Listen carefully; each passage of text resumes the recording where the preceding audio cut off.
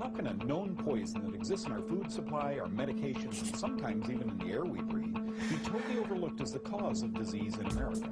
Watch us daily, and soon you too will know the cause.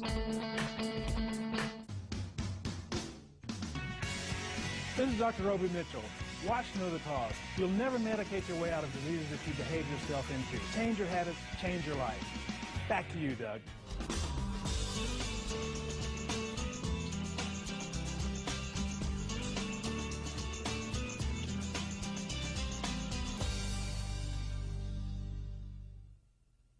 This will likely become one of the most important segments we ever do on Know the Cause. Why? Because you're inquiring. You want to know of this show, should I or should I not expose my family or myself to this swine flu? Joining me right now is Dr. Roby Mitchell, who has a PhD degree and an MD degree, who's really studied this. Dr. Mitchell, welcome and thank you. And you're going to read us from the package insert. I'm going to read you the retraction that I made once I actually read the package insert, because I had told this group of nurses that were asking me should they get the swine flu. I said, yes, you should, because you are going to be around immunocompromised people and you should be protected.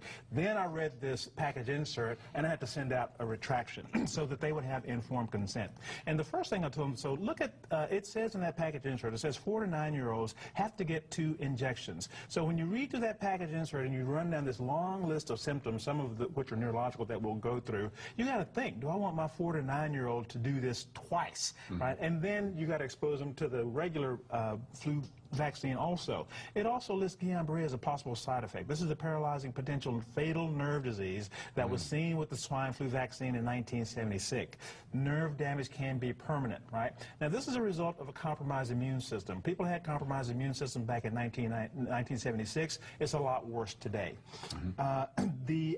In one section, it says that results from a trial with one vaccine can't be judged to use the safety of a similar one, but different vaccine. But now on this package insert, it's giving you all the possible problems that will happen with the regular flu vaccine, because we haven't tested the H1N1 to know exactly what's going to happen. So they tell you that you can't depend on that kind of testing, but here they're telling you that this is what we want to depend on.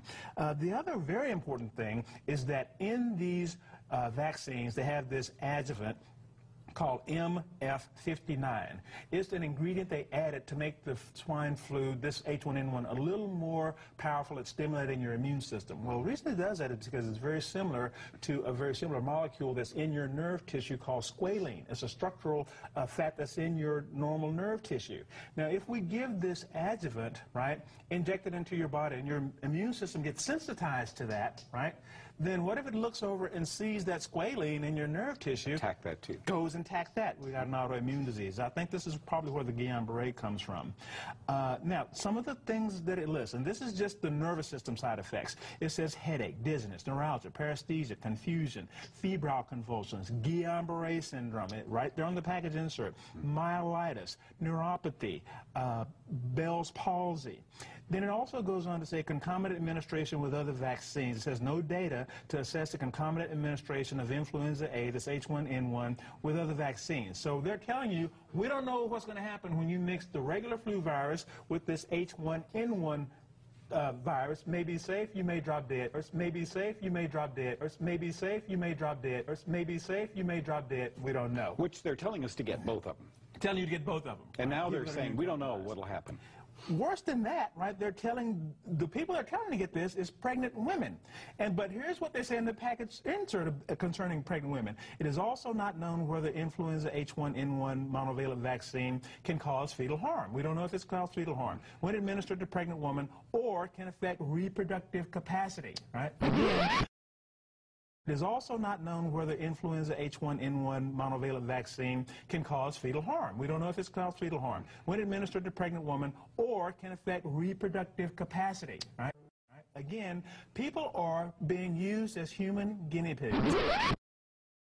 People are being used as human guinea pigs. This is what we call a phase 4 drug trial, right? To see what happens when we inject this stuff or give this stuff to normal people. Safety and effectiveness in pediatric subjects below the age of 4 have not been established. Again, I'm reading verbatim from the package insert. The 5 ml multi-dose vial contains thimerosal, a mercury derivative, added as a preservative. Each 0.5 ml dose from the multi-dose vial contains 25 micrograms of mercury. Now, we're telling pregnant women, stay away from fish, stay away from fish, stay away from fish. Why? Because it has mercury. What's wrong with mercury? It's immunotoxic, it's cardiotoxic, it's thyrotoxic, right? And when you expose people to mercury, they get problems. Would you take this injection, Dr. Mitchell? Would not, right? And I would not even in the first place, but again, I did recommend it for these women who are nurses until I read this. See, this... Bottom line, it says this stuff doesn't work. Specific levels haven't been shown to prevent viral influence. It says that right on the package insert. Amazing. Amazing.